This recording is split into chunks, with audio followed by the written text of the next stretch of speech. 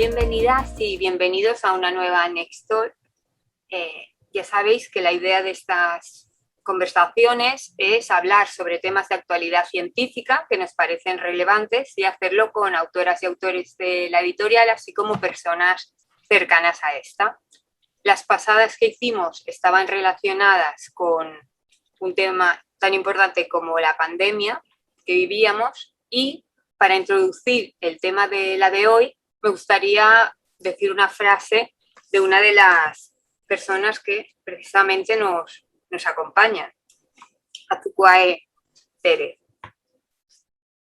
Y dice así: la demencia es una de las principales causas de discapacidad y dependencia entre las personas mayores y debe ser considerada una prioridad de salud pública. El 21 de septiembre es el Día Mundial del Alzheimer y este año tiene el lema de conoce la demencia, conoce el Alzheimer. Es decir, que se da una importancia fundamental al conocimiento, tanto para conocer las señales de alerta como para que eso facilite un diagnóstico a tiempo. Luego hablaremos, ¿no?, de qué significa esto de un diagnóstico a tiempo. Para ello hemos querido contar con personas que representan tres pilares muy importantes en esta enfermedad, ¿no?, en el tratamiento y acompañamiento de los enfermos. En primer lugar, el personal médico-sanitario. En segundo lugar, los investigadores. Y en tercer lugar, la familia. Para este primer pilar contamos con Azuquae. ¿Lo digo bien el nombre? A ver si te voy a estar llamando mal todo el rato. Sí, perfecto. Vale.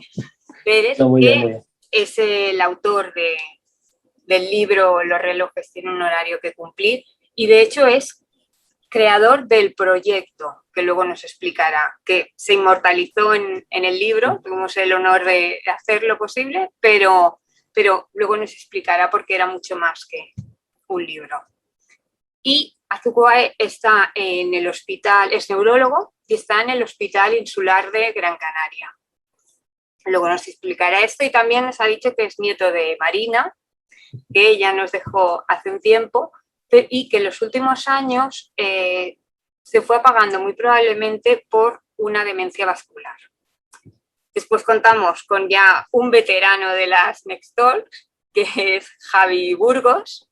Javi Burgos prologó, nos hizo el honor de prologar este libro, y también es autor del libro Diseñando fármacos.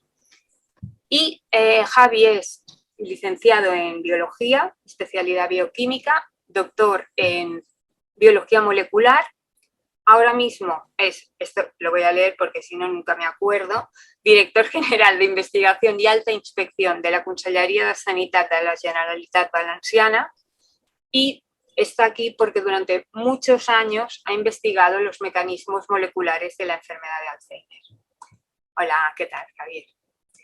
Y para acabar tenemos a una persona muy cercana a la editorial y que nos va a presentar esta parte más testimonial, más familiar. Ella es química y doctora en ciencia de materiales y ha estado investigando en nanotecnología, pero ahora ya es comunicadora científica profesional. Siempre ha sido una gran divulgadora y de hecho nos regaló 2 entradas preciosas sobre el Alzheimer que estaban en formato carta a su abuela, porque ella de su biografía quiere destacar que es la nieta de la abuela mejor del mundo, o sea, lo está poniendo muy alto, pero que por desgracia pues fue diagnosticada de Alzheimer. Luego ya nos contarás un poquito. Y las entradas se llamaban No me acuerdo de olvidarte y Lágrimas en la lluvia. ¿Vale? Pues para empezar un poco, me gustaría eso, que Azuquae, si nos puedes comentar en qué consistió el proyecto en general.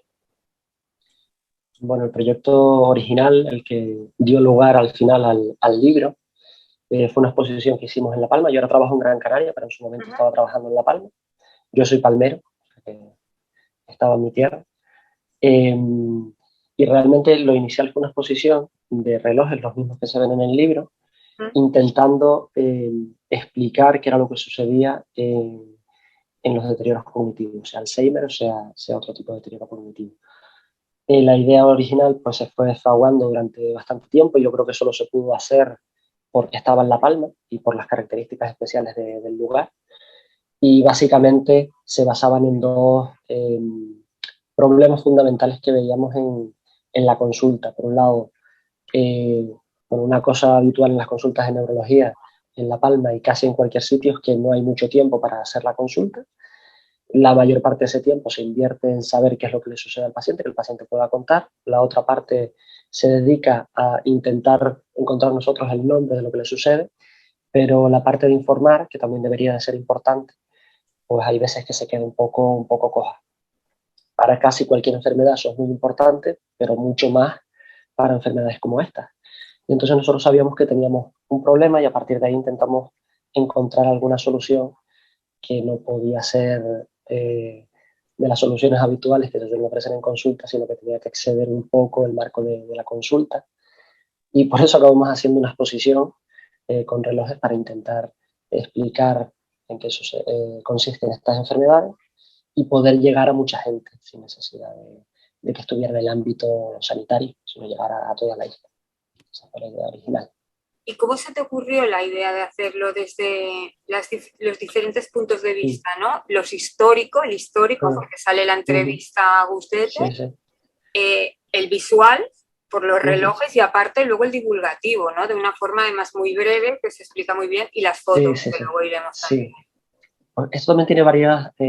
Hubo mucha gente alrededor y cada uno fue aportando su idea. En la consulta nosotros compartíamos en La Palma, que ya está jubilada, con Carmen Luz, que era la auxiliar, que era una persona muy curiosa y siempre nos estaba preguntando, sobre todo cuando veía pacientes con deterioro cognitivo, porque no terminaba de entender qué era lo que sucedía. Ella entendía muy bien que alguien tuviera problemas de memoria, pero no entendía también que alguien no tuviera problemas de memoria, pero sin embargo no supiera hacer un reloj. Y entonces me preguntaba, yo le intentaba decir, y siempre medio en broma, medio en serio, le decía, mira, un día vamos a hacer una exposición en la que explique todas estas cosas para que sepas cómo va.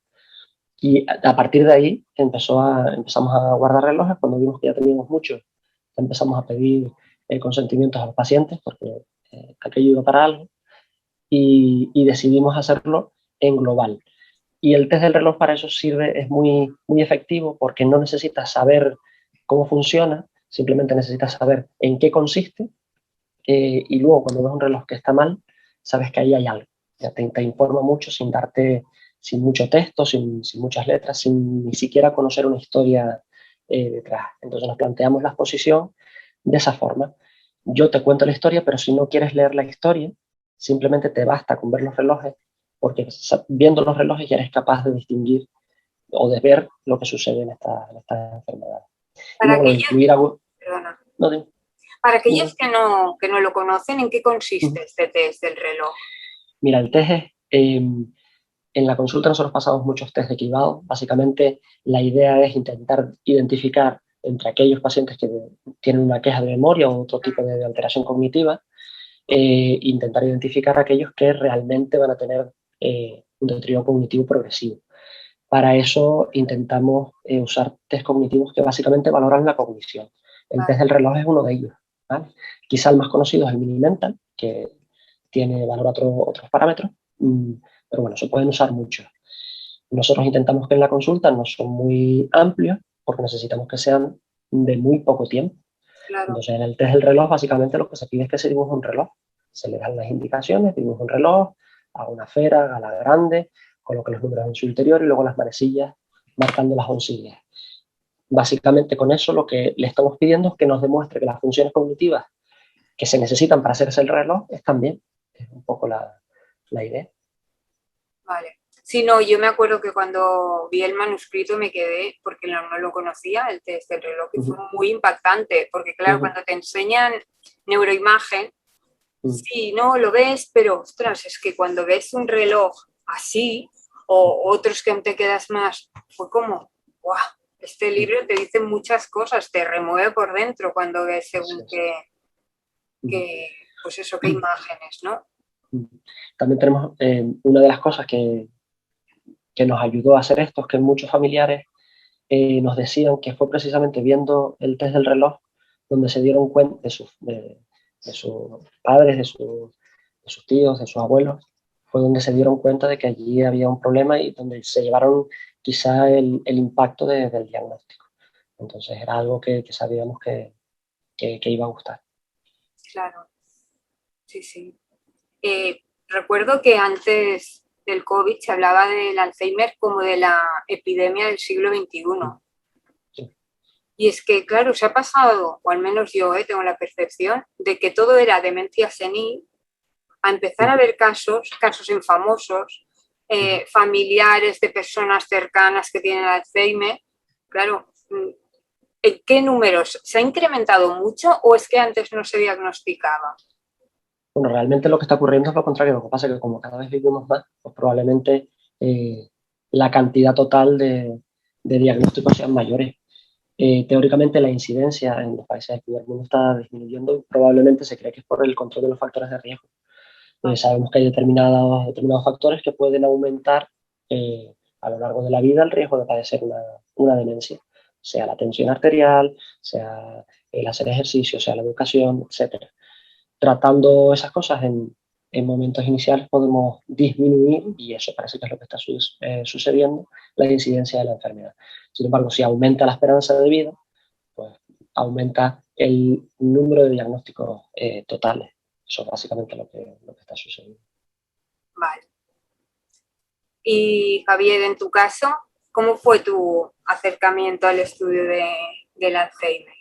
Pues mira, afortunadamente os tengo que decir que no tengo ningún familiar con enfermedad de Alzheimer, lo cual ya para empezar es una noticia, porque debido a, como está diciendo Azuquai, el número de enfermos que tenemos pues en sitios tan envejecidos como España, que no sé si somos el primero o el segundo país del mundo de población más envejecida. Estamos ahí peleando con Japón, no sé quién es oro y quién es plata.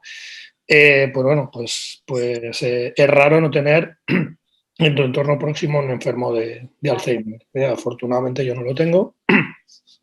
Y entonces a mí, yo me aproximé desde un punto de vista exclusivamente científico. A mí siempre me ha interesado la biomedicina y además mi tesis era sobre unos receptores neuronales que están implicados en la amplificación del daño neuronal en enfermedades neurodegenerativas como por ejemplo el Alzheimer, que es la más prevalente, ¿no?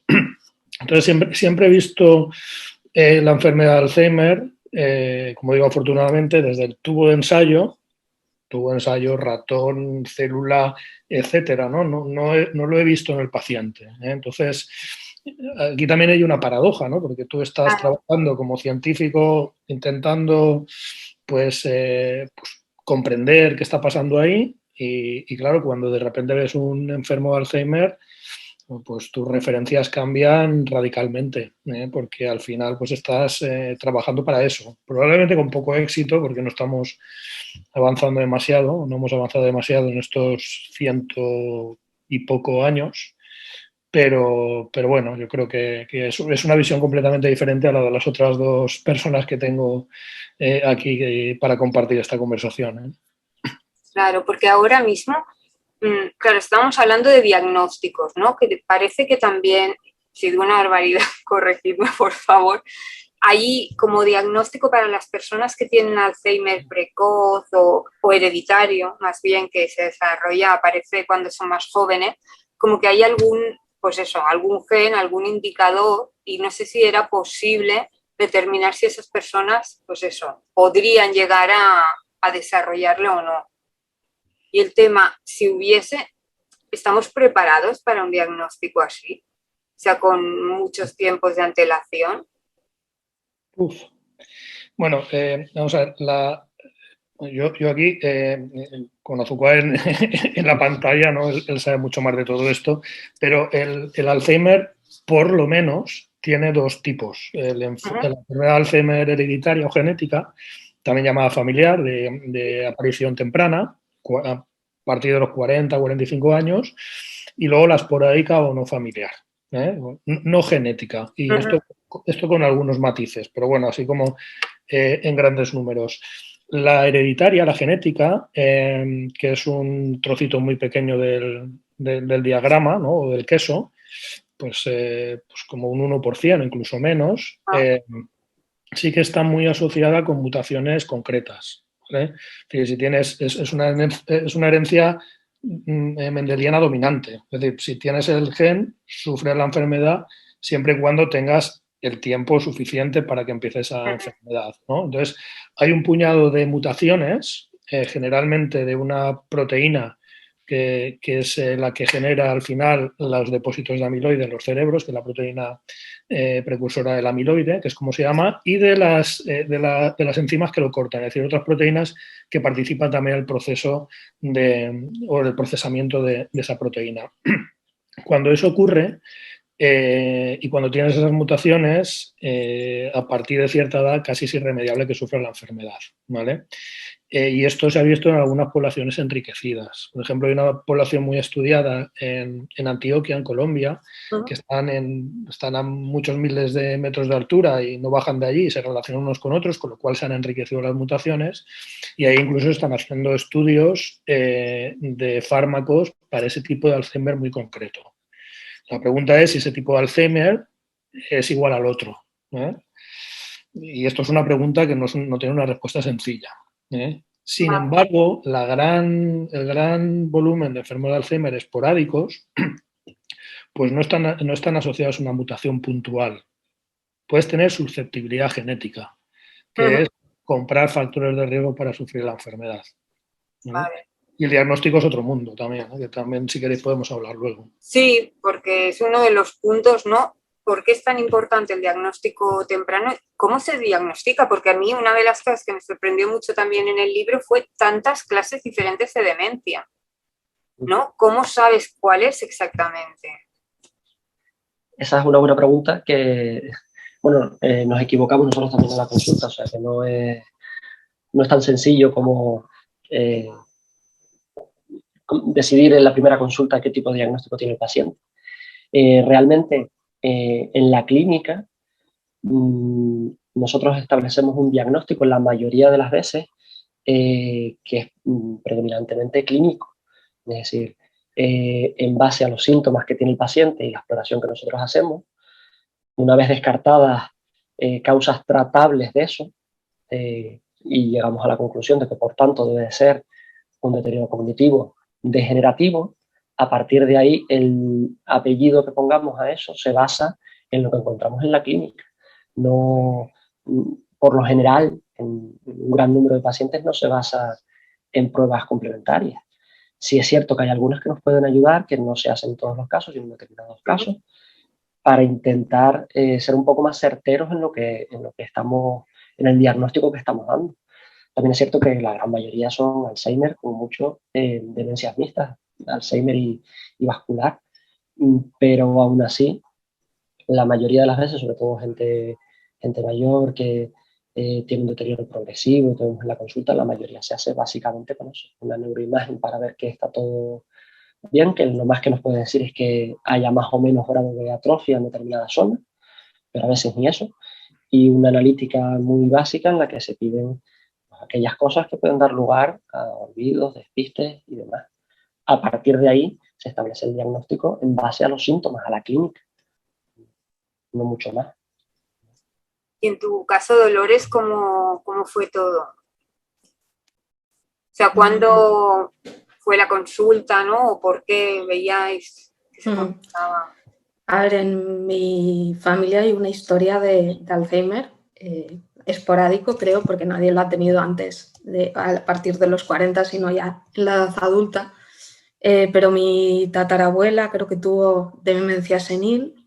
Mi bisabuela, que yo la conocí y pasé muchos veranos con ella, tuvo Alzheimer, y entonces cuando se empezaron a notar pérdidas de memoria en mi abuela, y que muchas también eran quejas subjetivas de ella, que veía que no tenía la misma capacidad de antes.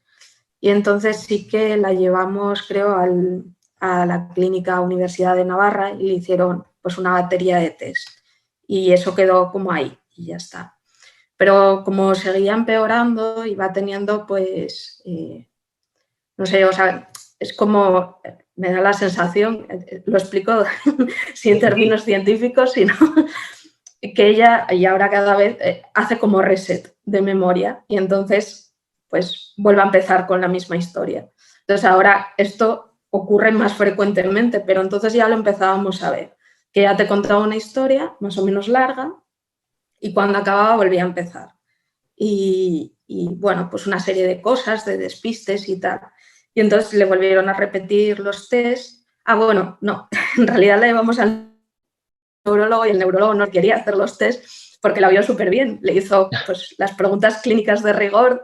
Mi abuela es buenísima en cálculo mental y pues sabía perfectamente en qué día estaba y entonces el neurólogo dijo, pues es que aquí no hay nada. Pero sí que al escuchar a mi madre y tal, sí que dijo, bueno, pues si la familia lo veis, pues vamos a repetirlo. Y entonces sí que vieron entre, no sé cuántos años habían pasado, si 3, 4, que efectivamente había habido un deterioro de los primeros a los segundos.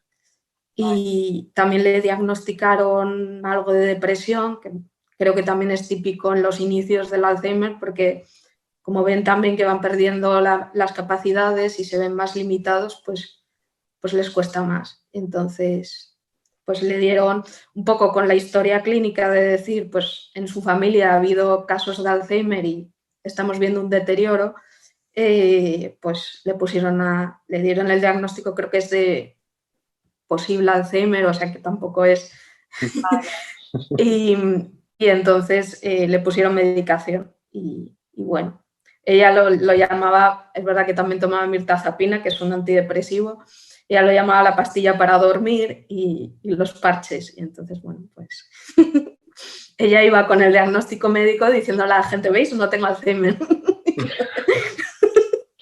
Eso a mí me llamó la atención de lo que escribiste el otro día y esto tiene una explicación y es que ¿Ah, sí? Sí, insisto, Azucare seguro que lo pilla mejor, pero en vida se hace el diagnóstico de enfermedad de Alzheimer posible o probable. Eso. ¿Vale? Eso no significa que no tenga Alzheimer, significa que la confirmación de un enfermo de Alzheimer, FETEM, siempre es post-mortem. Sí. ¿Vale? Por tanto, en vida se diagnostica como enfermedad de Alzheimer probable. ¿Vale? Yo estaba pensando, conforme os escuchaba, que en relación al diagnóstico, no al tratamiento, al diagnóstico, que curiosamente, si tú te lees el artículo de Alois Alzheimer de 1906, ¿vale? Que a mí me parece una preciosidad no por lo que escribe, que es muy duro, sino por la elegancia de la descripción, ¿no? Desde los comportamientos de August Deter, que es la primera mujer diagnosticada con la enfermedad, hasta los hallazgos histopatológicos en su cerebro, ¿vale? Yo creo que es una delicia. Hasta hace unos pocos años solamente estaba en alemán, ahora ya afortunadamente está en inglés. Ah, qué guay. Eso es, hasta donde yo sé, una enfermedad de Alzheimer, vamos, de libro, ¿no? O de artículo en este caso. Y creo que los criterios de diagnóstico de Alzheimer siguen siendo exactamente los mismos que escribió Alois Alzheimer en ese artículo.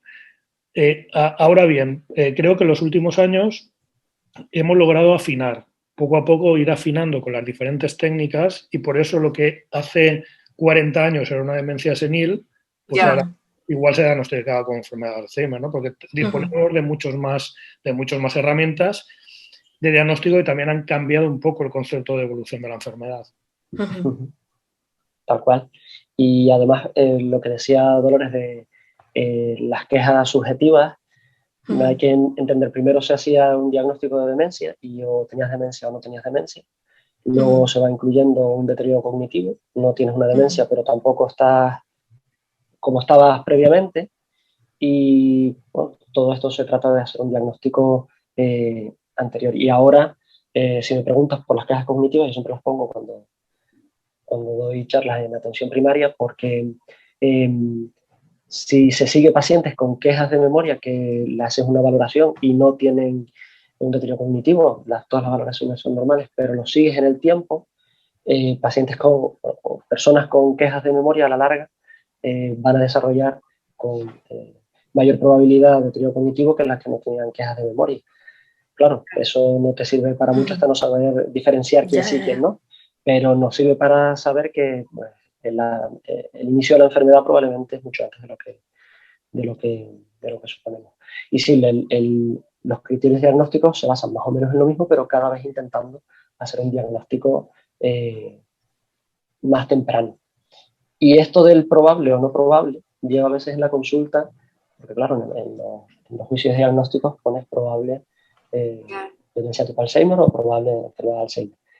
Y muchos pacientes, muchos familiares, ¿cómo que probable? ¿Pero lo tiene o no lo tiene? Claro. Y claro, todo esto requiere un tiempo para explicar, pues mira, es que esto no quiere decir que exactamente sea eso, esto es una demencia, pero puede tener otro apellido, nosotros somos capaces de llegar a un diagnóstico con relativa certeza. Bueno, todas estas cosas, explicarlas lleva su tiempo.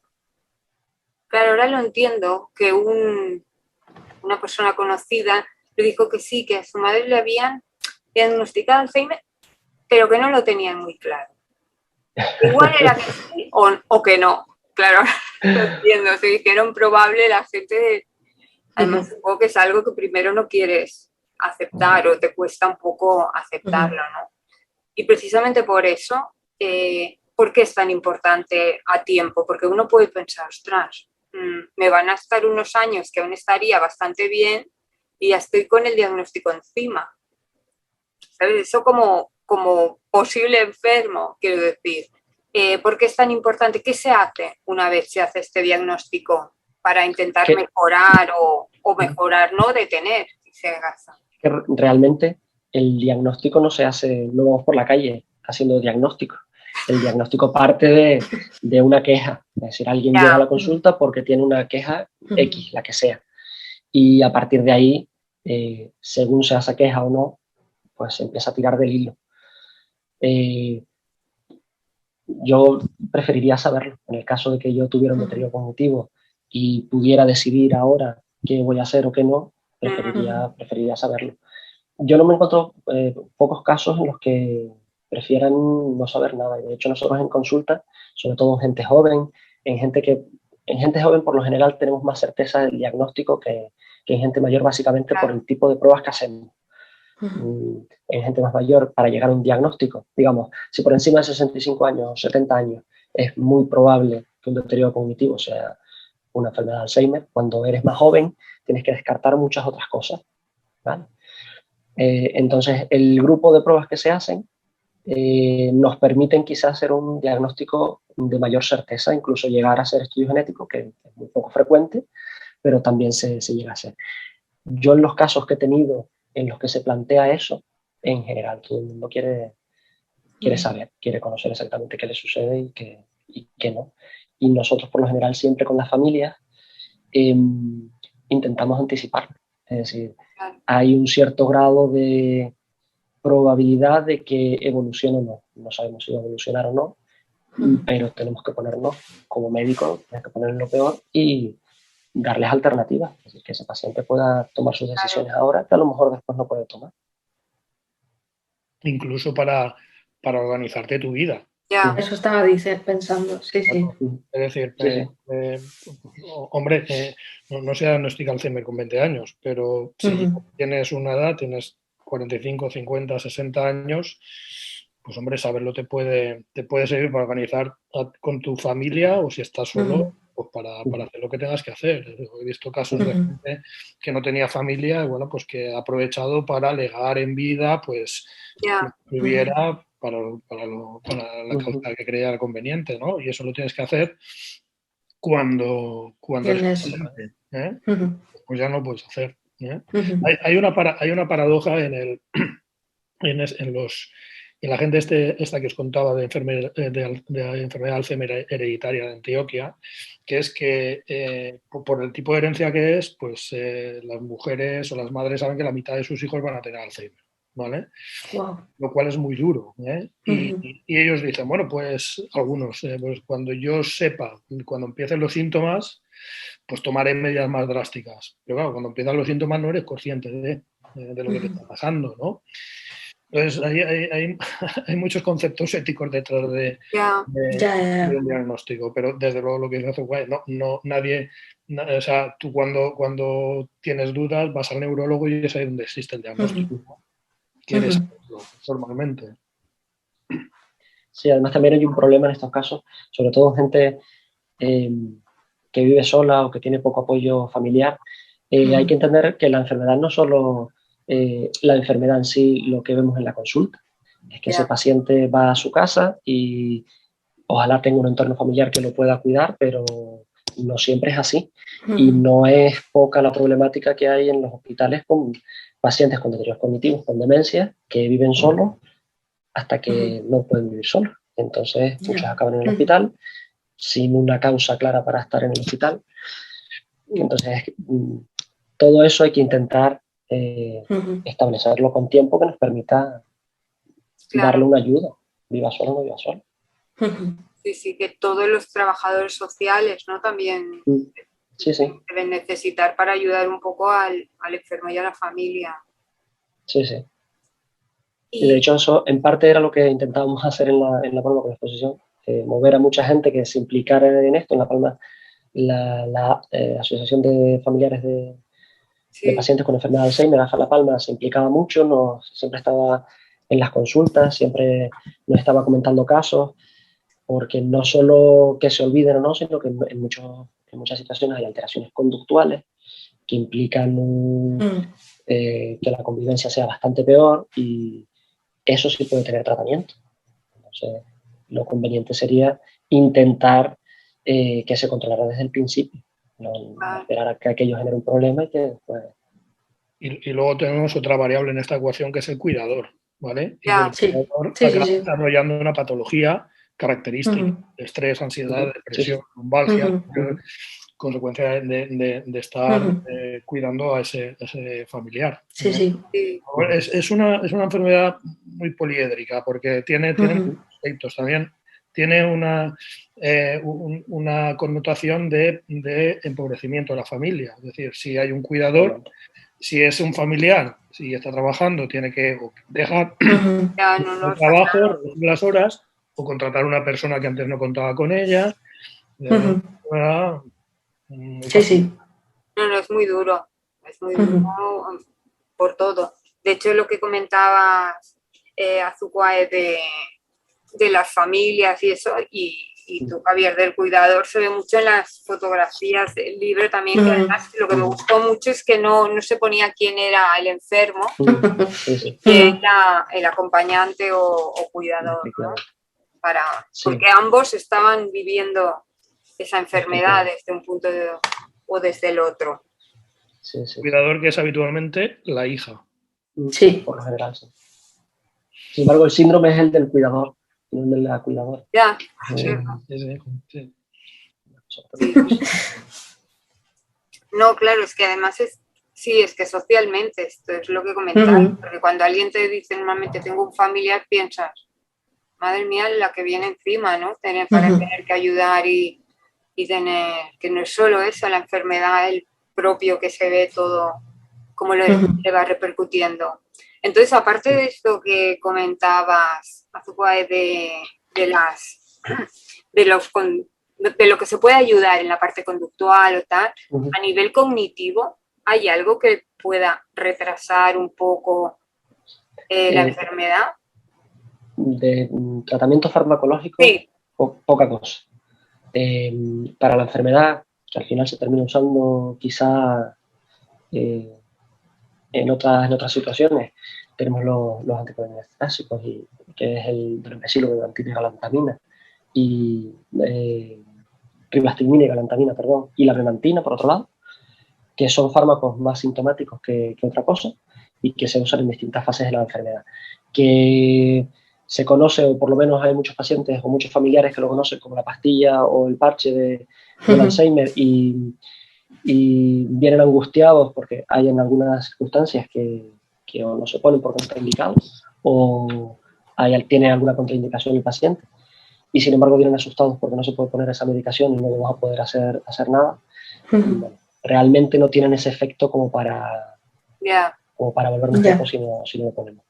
Yo creo que influye más lo que seamos capaces de estilo de vida, de socialización, de actividad física, todas esas cosas que son las recomendaciones que se dan incluso en fases iniciales, beneficia mucho al paciente. La estimulación cognitiva, la socialización, hemos visto ahora con el confinamiento, como todos los pacientes, yo no te voy a decir todos, pero si cojo 100, el 95 empeoraron con el confinamiento. Lo veíamos consulta tras consulta. Todos los familiares han notado que se han deteriorado en este tiempo. En las valoraciones que hemos hecho también hemos visto que el grado de empeoramiento ha sido mayor a lo previo. Y eso es por la situación, no poder salir a la calle, tener menos contacto con otros familiares, todo muy limitado. Entonces, si me preguntas, ¿hay algo que podemos hacer? Pues invertir en eso. Lo demás es una pequeña ayuda, que si se puede, pues se pone, evidentemente, pero tampoco lo tomo como algo fundamental en la enfermedad. Ya. Y Javi, tú antes nos decías que se ha evolucionado, o sea, ¿no? Se ha investigado, pero no, diríamos, se ha mejorado mucho en todos estos años. ¿Por qué es tan complicado encontrar algo que pueda mejorar o tratar el Alzheimer? ¿Hablamos de fármacos o de diagnóstico? Porque son dos. De fármacos. De fármacos. Pues vamos a ver, yo creo que una de las cosas que yo creo que es crítica en esto, en no haber encontrado todavía nada. Yo cuando hablo con los neurólogos, yo a veces, que soy muy bruto, digo, no hay fármacos. Y los neurólogos me dicen, sí hay fármacos, pero no funcionan. Bueno, me da igual que lo mismo, ¿no? No es que no funcionen, es que tienen efectos discretos y en periodos muy concretos de la enfermedad. El problema de la enfermedad es que dura muchos años, ¿vale? Es que dura a veces 20 años. Y los procesos que ocurren en un proceso de durante 20 años es muy difícil de saber a ciencia cierta. Puedes modelizar lo que quieras en el laboratorio, pero lo que está ocurriendo en los cerebros de los pacientes es muy difícil de saber. Yo pongo un ejemplo. Es como si tú vas el día después de las Torres Gemelas, de la caída de las Torres Gemelas, y pones ahí a una persona que no ha estado en el mundo. La pones ahí y dices, interprétame qué ha pasado aquí. Eso es lo que nos pasa a nosotros. Es decir, cuando tú vas y has llegado tarde ya, cuando tienes un diagnóstico post-mortem, donde ves los hierros y las cenizas, interpreta todo lo que ha pasado detrás y describe la causa, ¿vale? Es muy complicado. Pues seguramente pensarías antes en un terremoto, en fin. Es decir, ir tan antes en la historia de la enfermedad, dificulta el diseño de fármacos. ¿Vale? Entonces, lo que se ha hecho históricamente es poner parches al final. Es decir, pues retirar los hierros no resuelve la enfermedad, es lo que se ha enfocado, ¿no? Sobre todo en los últimos años, ya unos cuantos, que son los nuevos fármacos, estos fármacos que uno ya está aprobado por FDA y tal, pues van ahí, ¿no? Entonces, no conocemos los mecanismos intrínsecos o la causa, todavía no sabemos cuál es la causa de la enfermedad. Y sin saber la causa es muy difícil buscar un remedio.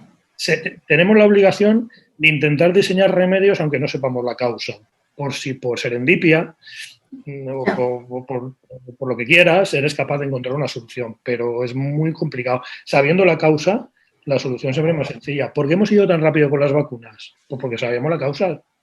Un patógeno y además nos pusimos a intentar comprender cómo funcionaba, pero son enfermedades de días, mientras que estos son enfermedades de años, ¿no? Y esto es lo que pasa, ¿no? Hemos invertido miles y miles de millones de euros en diferentes soluciones cuando no teníamos clara la enfermedad y ha pasado lo que iba a ser lo más probable, que es que no fuera la causa. Pues la solución a toda esta historia es investigar. Investigar, la investigación básica. Yo voy a cambiar básico por esencial, ¿no? Sí. Porque al final, esta enfermedad tampoco lleva mucho tiempo, ¿eh? Llevamos 100 años, 100 y poco. No es demasiado. O sea, sí es demasiado en cuanto a una vida, ¿no? Claro. Pero en cuanto a la ciencia y al desarrollo de la humanidad, años no son nada, ¿eh?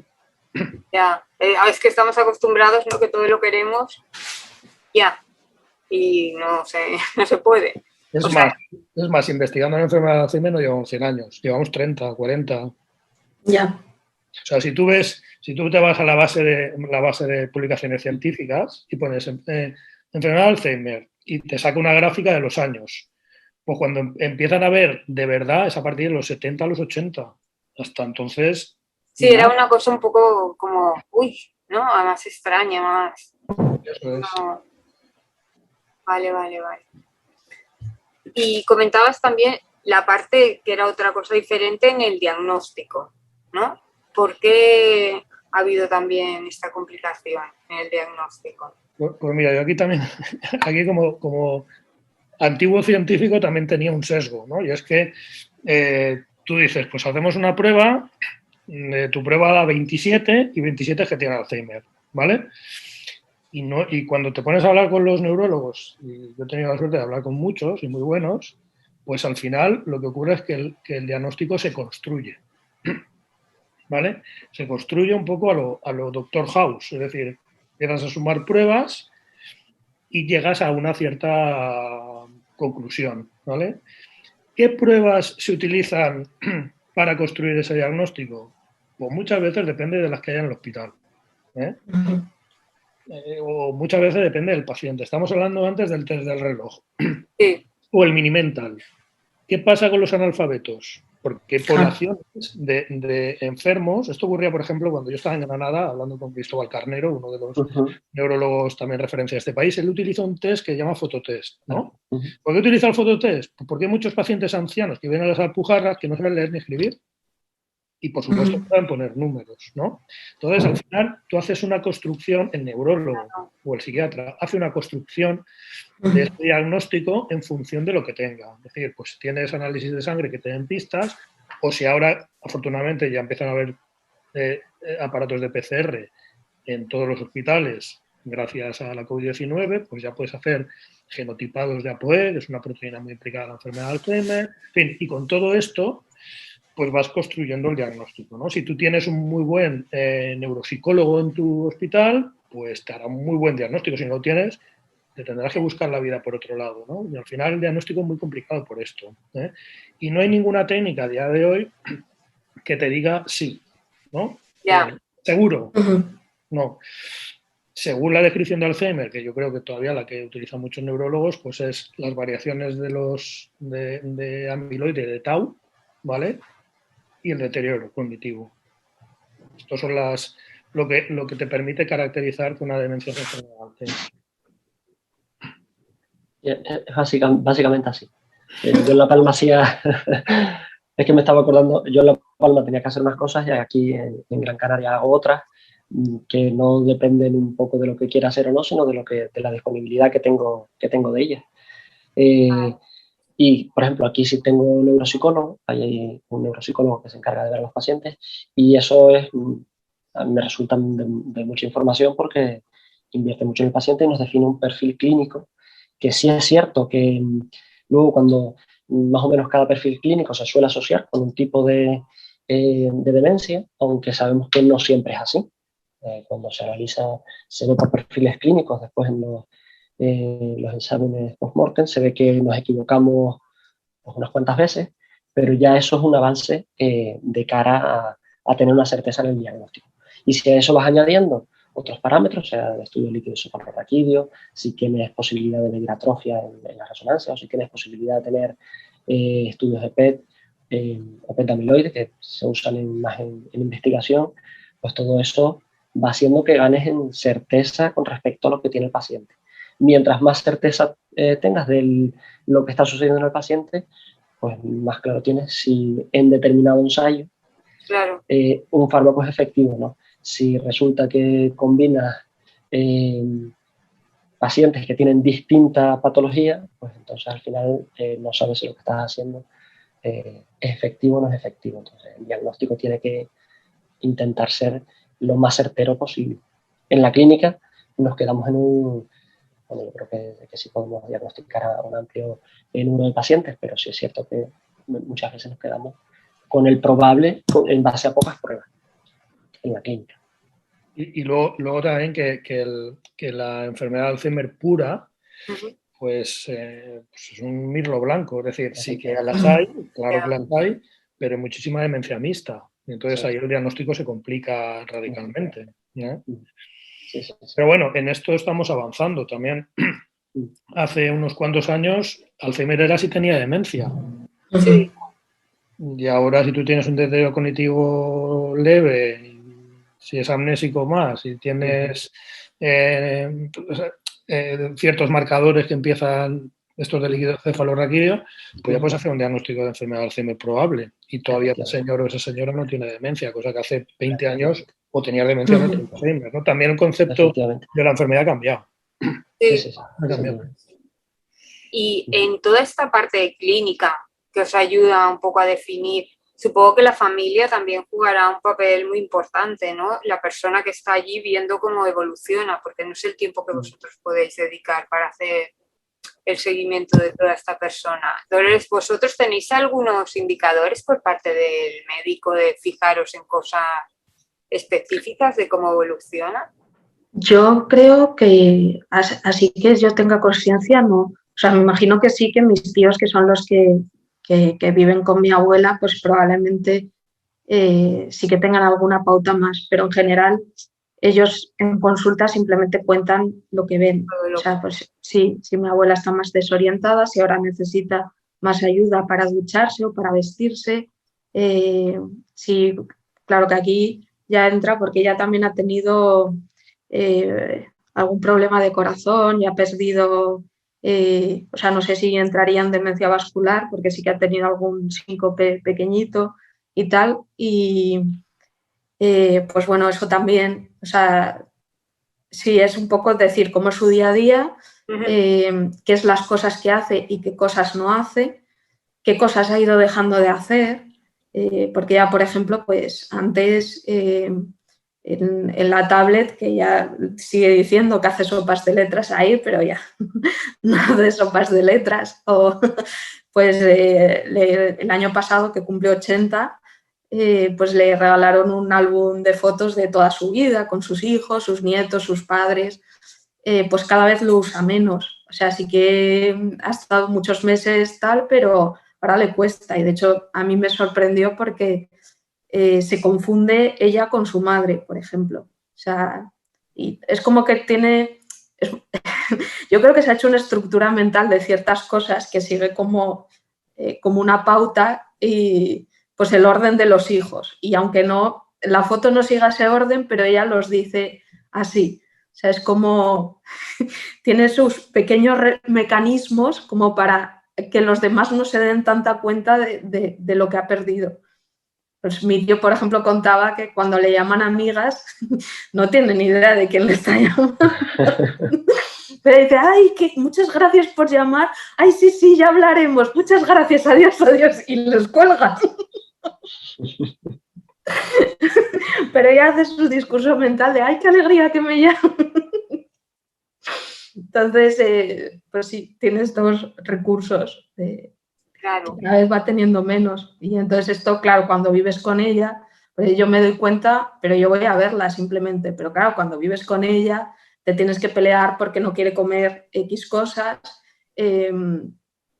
porque quiere comer demasiado dulce, y tienes que intentar marcar unas pautas cuando se enfada contigo, porque pues tiene mucho carácter y ahora tiene también un punto de suspicacia de si se están riendo de mí, entonces enseguida se te puede cruzar directamente y no sabe por qué está enfadada, pero está enfadada y así. Entonces, claro, todo esto en el día a día lo ves mucho mejor y sí que puedes dar pues un informe más completo al neurólogo del que yo pueda dar, de pasar 2 horas con ella. Claro. Supongo que también dependerá del tipo de paciente que sea, ¿no? De persona. Sí. Por ejemplo, yo como me enfado mucho, eso no será para mí un síntoma. A ver, mi abuela tiene carácter. Pero en la familia es muy importante, no solo en el seguimiento, bueno, es importante en todo. Pero también decía Dolores, en el momento inicial, cuando fueron al neurólogo, parecía que estaba muy bien y sin embargo la volvieron a valorar porque lo que contaba la familia era relevante. Eso no es inhabitual y de hecho hay algunos tipos de demencia que puedes pasarte mucho tiempo haciendo test cognitivos que no los pillas nunca porque se mantienen muy bien o quizás es porque no somos capaces en los test cognitivos de encontrar la forma de ver el error. y son básicamente conductuales, son alteraciones de la conducta las que aparecen en esos pacientes. Ahí es muy relevante lo que te cuenta la familia, claro. Necesitas ver la historia que hay alrededor y, de hecho, aunque la valoración neuropsicológica es muy importante porque nos permite hacer un perfil clínico, siempre con la anamnesis, es decir, hablando con la familia, ya tienes una idea del tipo de demencia que puede haber detrás o si hay realmente un deterioro cognitivo, ¿no? Ya de ahí partes y, de hecho, buscas en la valoración cognitiva esas cosas que te ha dicho la familia, ya vas bastante orientado. Y en el seguimiento muchas veces suele ser la familia, porque es muy importante que es capaz de hacer la funcionalidad. Uy, se ha quedado. Perdón, es que me llamaron. Lo siento. Digo, lo que buscas en la evolución es cómo es capaz de desarrollar su día a día, la funcionalidad. Al fin y al cabo, un test cognitivo es intentar resumir esa funcionalidad en 5 minutos en la consulta. Básicamente, en el test cognitivo le pones pruebas para intentar valorar eso, pero es mucho más relevante que es lo que, otra vez, lo siento, está insistente. Es como con intriga. Negro. Entonces es muy importante lo que cuenta la familia. Las familias suelen saber la historia, te lo cuentan perfectamente y se pueden anticipar con estas cosas que cuenta Dolores, si son capaces o no de, con medidas no farmacológicas, pues que esas alteraciones de la conducta, esa irritabilidad no vaya más, porque es relativamente frecuente en la enfermedad y puede llevar a problemas. Pues todas esas cosas hay que intentar indagarlas, no solo si se aparecen o no, sino qué capacidad tienen ellos para afrontarlo. Sí, sí, de hecho, ahora me he recordado, viendo el último, que mi madre me dejó verlo, el último informe de mi abuela que le había pasado a mi tío, la mitad era lo que mi tío contaba de vivir con mi abuela. O sea, había un pequeño test, pero eso que la mitad del informe era lo que refería a mi tío de vivir con ella. Es que, de hecho, muchas veces cuando haces la valoración, tú ya sabes que hay cosas que están dañadas y que hay otras en las que buscas una evolución, a ver cómo ha ido, pero ya sabes que en determinadas cosas hay un efecto suelo, es decir, no va a estar peor que la vez anterior. Entonces lo que buscas es funcionalidad, cuáles son los problemas en el día a día, qué cosas es capaz de hacer sola o no es capaz de hacer sola, en qué necesita ayuda o qué no necesita ayuda. Cuestiones de conducta, de alimentación, de sueño, de ansiedad, de nerviosismo, porque todas esas cosas sí podrían tener un tratamiento farmacológico. Por eso la frase del Alzheimer no se cura, pero sí se trata, en el sentido de que hay muchas cosas que sí pueden hacer que la convivencia sea bastante mejor. No es lo mismo que una persona esté muy nerviosa, muy angustiada, que tenga delirios, que piense que le roban. Al final está mal aunque no lo exprese, aunque no diga, pues yo estoy muy mal, sabes que la persona está sufriendo y ahí hay tratamiento, se puede poner medicación. ¿Cuánto es de efectiva? Pues probablemente es más efectiva que la que tenemos para la enfermedad en sí, pero tampoco maravillosa. También hay que decirlo. Y es un tratamiento sintomático, ¿no? En el cual, son tratamientos sintomáticos, claro. Pero que claro que todos esos síntomas pues afectan a la rutina diaria de la familia y alivian, ¿no? Pero son tratamientos sintomáticos. Es decir, sí, muchas veces lo intentamos explicar porque sí es cierto, muchas veces llegan con la queja, es que está peor, se olvida más de las cosas y hay que intentar transmitir que esa es la evolución de la enfermedad. Es decir, hay cosas en la enfermedad que no vamos a poder tratar, que van a ir sucediendo poco a poco, que cada vez veremos que costará más hacer determinadas cosas, en unos pacientes unas cosas, en otros pacientes otras. Por eso también es importante conocer el perfil cognitivo y la enfermedad que hay debajo, porque podrás anticipar un poco lo que va a suceder.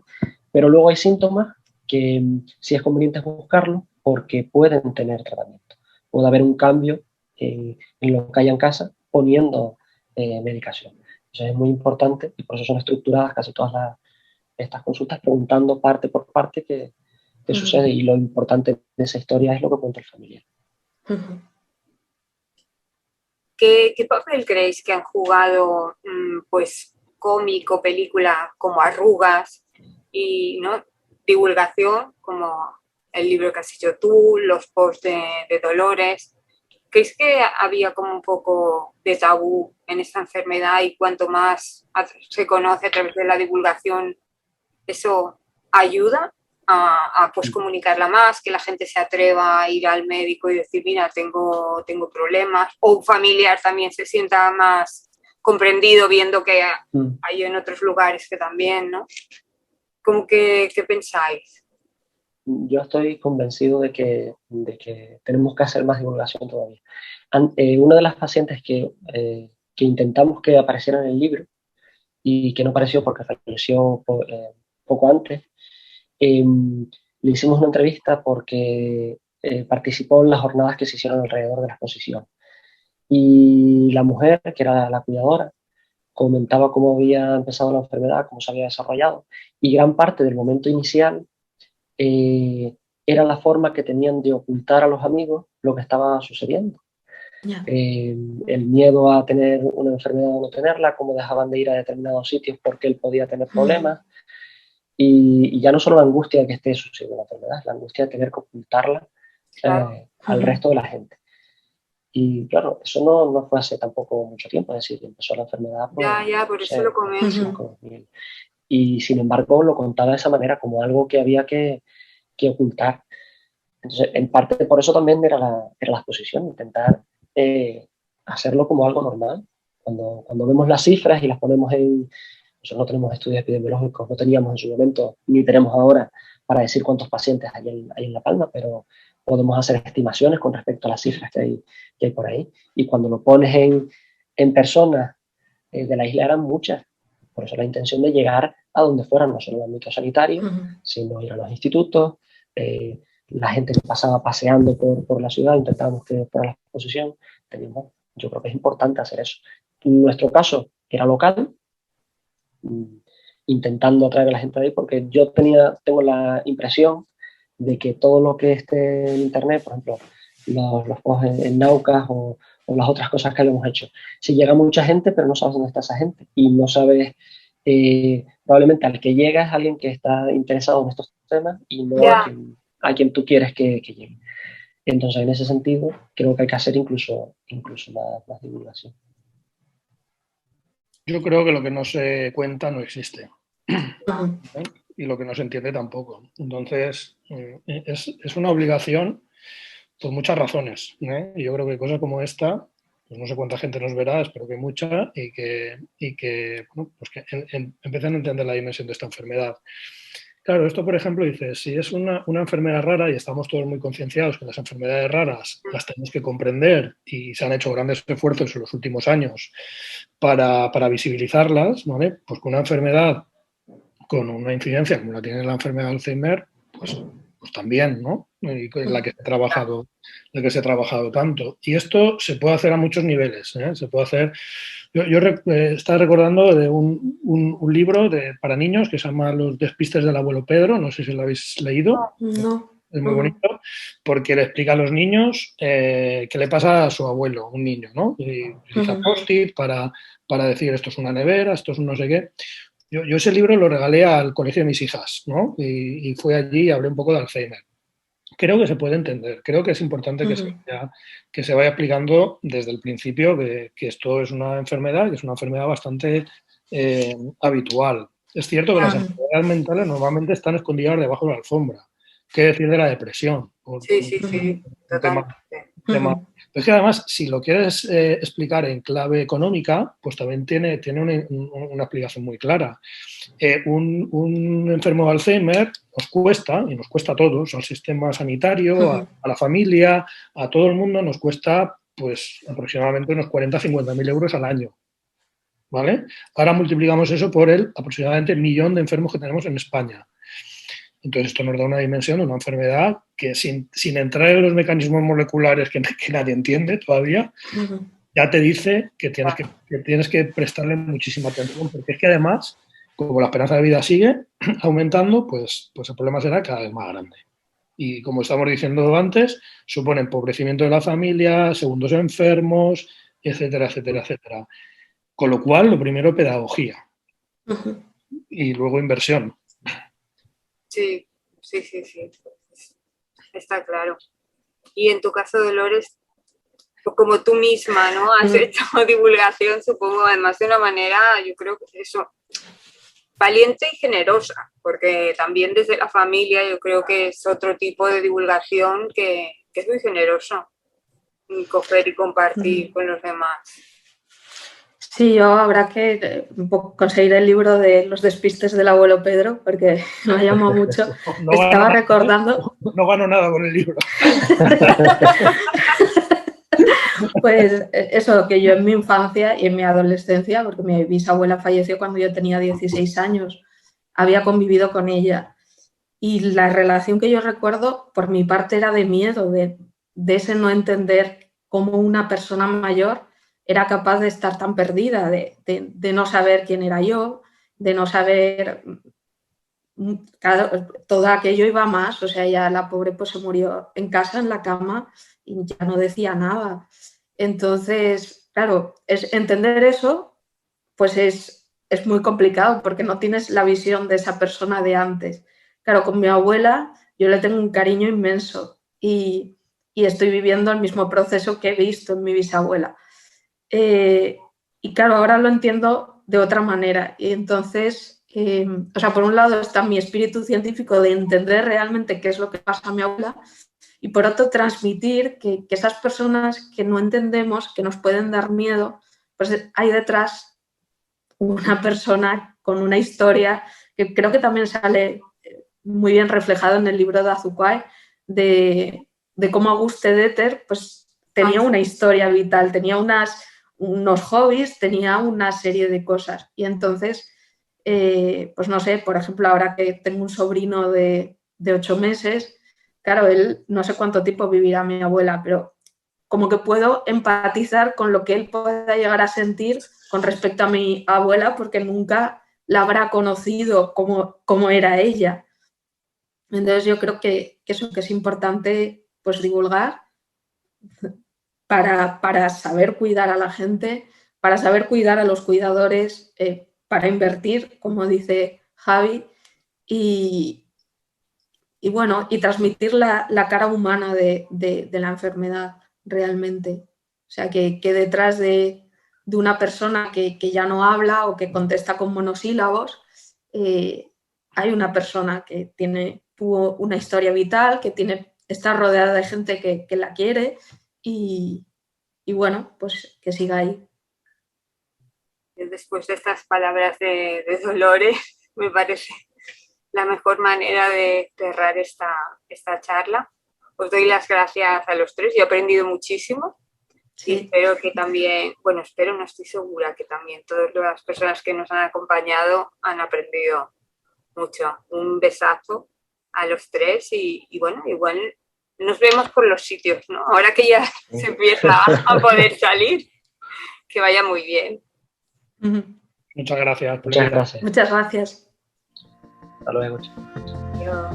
Adiós. Adiós.